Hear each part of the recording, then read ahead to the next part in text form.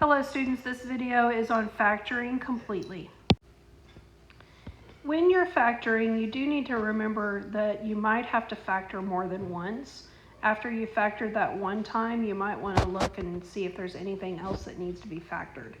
And so I want to go over a few factoring shortcuts that we've talked about before. If you have a quadratic and your A value is 1, then you want to make sure that you write your factors from your AC chart. So after you have done your AC chart, so remember you take your A times your C, that's what I'm calling the AC chart. Whatever your factors are that multiply to give you A times C but add up to give you B, if your A value is 1, then these factors are going to go in here and here. Whoops.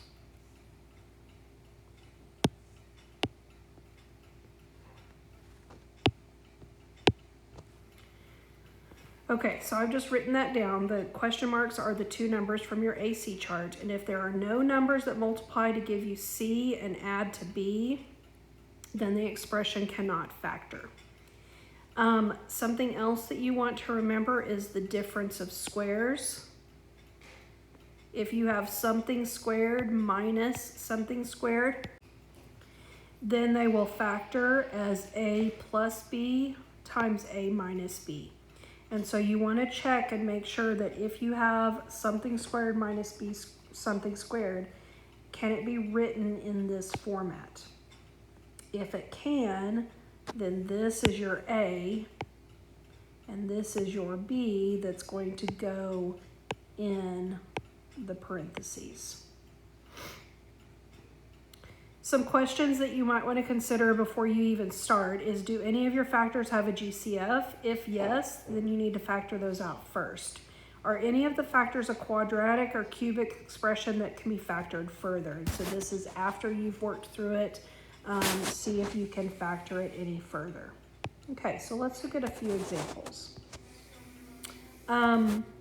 So in these first few examples, I've already got them factored, but we want to look at, is there anything that can be factored further? So if you have a linear term, linear means it's just x to the first power. So if you look at this here, I've got x plus 3. That's a linear term with x to the first power, but there's not a GCF, so I can't go further.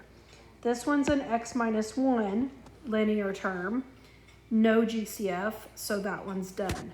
This is a linear factor as well, and you'd want to just check to make sure that it doesn't have a GCF, which it doesn't, because 5 is not divisible by 2, and so this would be your final answer. You can't factor it any further. All right, let's look at this next one. If I have the x plus 4, so that's linear, and there's not a GCF, so that one's done. 3x plus 6 is linear as well, but I can divide that by 3. So this would be the same thing as 3 times x plus 2. And so my final factors, we generally write the GCF first, so let's rearrange that and write it as 3 times x plus 4 times x plus 2. And then that would be your final answer. All right, looking at this next one, I have an x to the third plus 8, and I have an x squared minus 9, and then I have an x plus 11. Let's start with our linear factor. Our linear factor is the x plus 11. And that's as far as that will go because there's not a GCF. But when you have a quadratic or a cubic left over, like I do here, so this is an x squared minus 9. This has two terms, so this might be a difference of squares. So I'm going to abbreviate that as DOS. And it is a difference of squares because x squared can be written as x squared, and 9 can be written as 3 squared. So this represents your A, x is your A, and 3 is your b. And so if you'll remember from up above here, we have our difference of squares formula. So this is going to factor to be x plus 3 times x minus 3. Okay? So that's what this factors to be.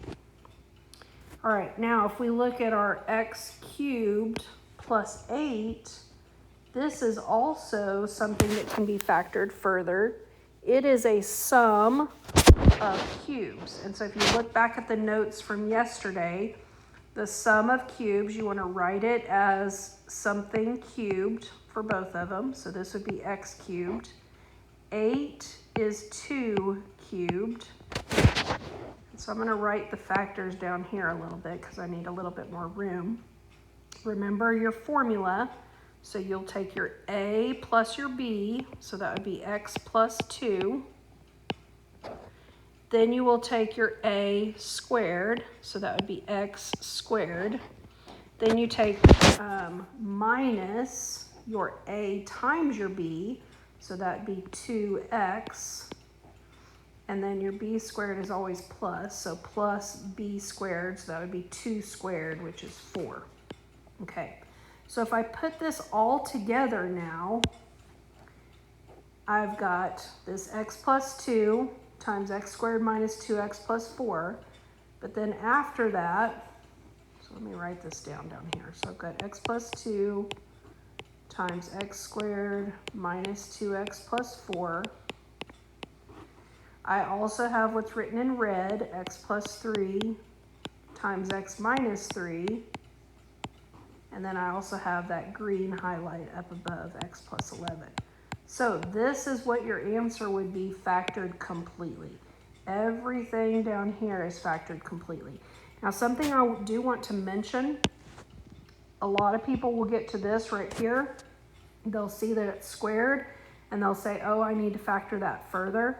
But when you're doing the sum of cubes, this will never be able to factor further. So if it was a sum or difference of cubes and you get a squared term right there, it's not going to be able to factor further.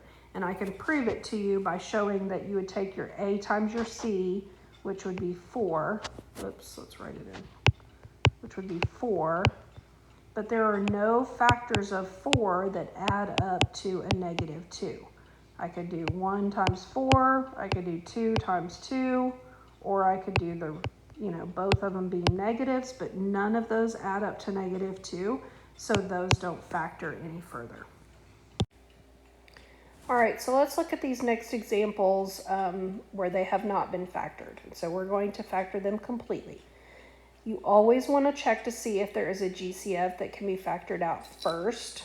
And if the leading term is negative, you will always factor out a negative sign if there is one in front of the first term. Then you look to see if any of the remaining factors are a quadratic or cubic expression that can be factored by grouping or special patterns. And so if so, continue factoring. So let's look at this first example. Now I've got 3 terms there. So again, look to see if there is a common factor. And on this one, I can divide out a 9x. Everything in here is divisible by 9x. So we're going to put the GCF 9x on the outside. And now we're going to divide all of this by 9x. So 9x to the third divided by 9x is just x squared. If I divide 90x squared by 9x, that's going to give you a minus 10x. Then divide this by 9x, and that would be a plus 16.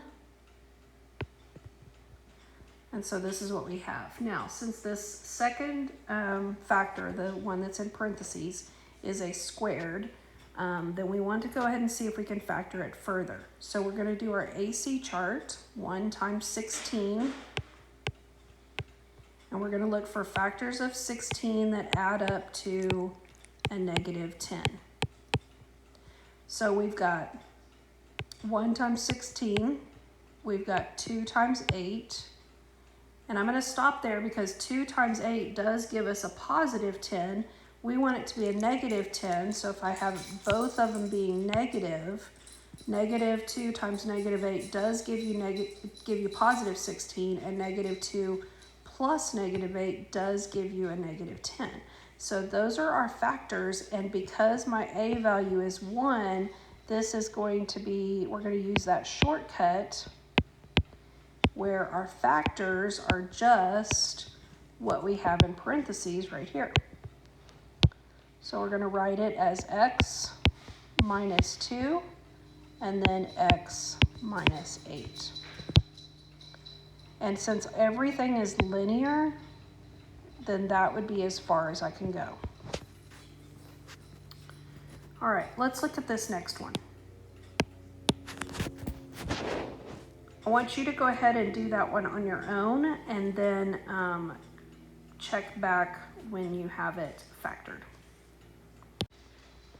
All right, check your answer on this one. Something that I want to point out to you is that since you had an a value that was not 1, when you do your AC chart, you have to split that middle term into those factors and go ahead and do grouping.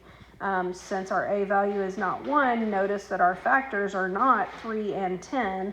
We have to take into consideration that 2x squared. Okay, so let's move on to the next problem. All right, in this next problem, you do want to look for a GCF.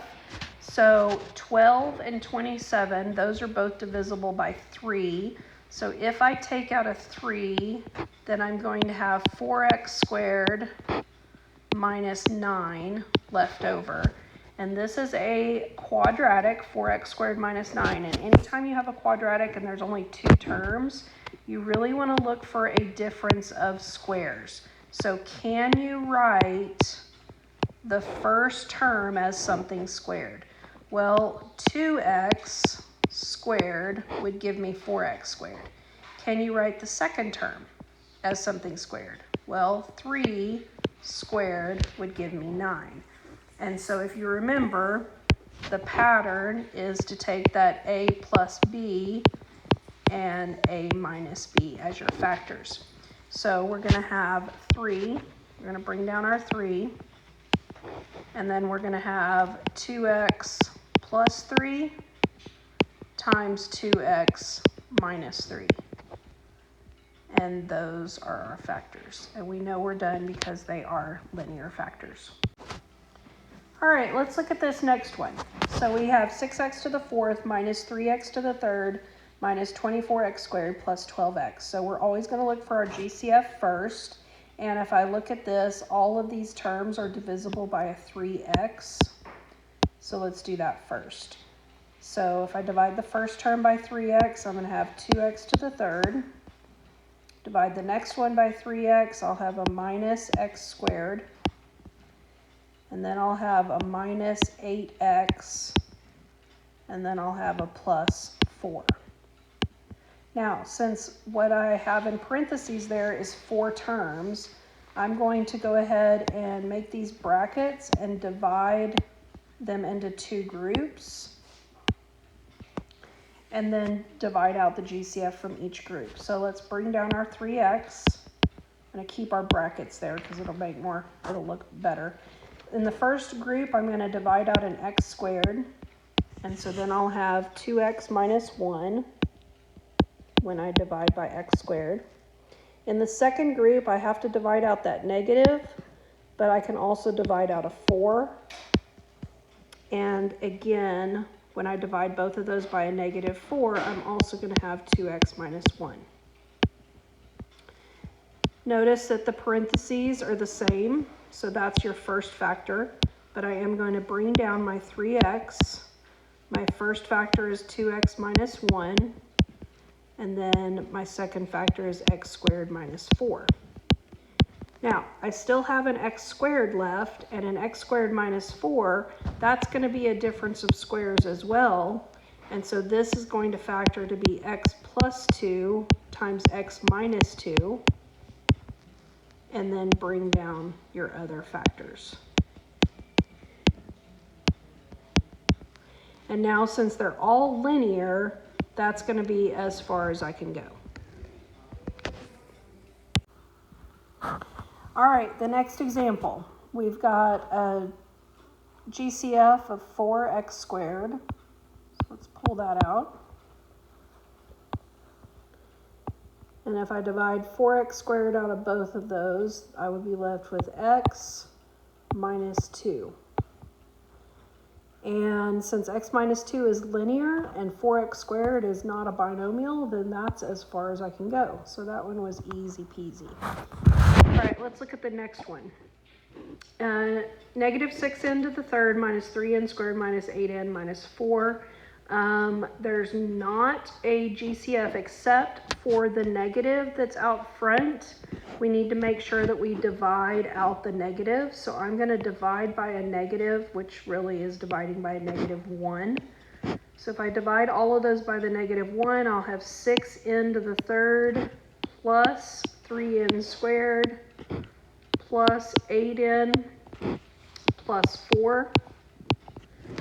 And there are 4 terms there, so let's group them.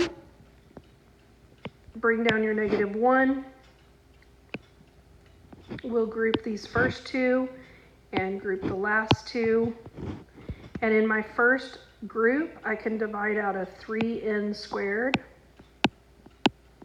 And I'll be left with 2n plus 1. Then in the second group, I can divide by a 4. And I'll also be left with 2n plus 1 when I divide by 4. So I'll have a -1, which I can just write that as negative. I'll have 2n plus 1, and then I'll have 3n squared plus 4. Now, even though this squared term is not linear, the only way I could divide a binomial, so meaning 2 terms, the only way I could divide a binomial or factor out a binomial further with 2 terms is if it is a difference of squares. But since that's not a minus, I know right away that's not a difference of squares. And so I can just stop right there. So this is your final answer. All right, so I know I worked through a ton of examples, but factoring completely tends to be something that is a little bit of a challenge. So make sure that you understand everything and ask me any questions as needed.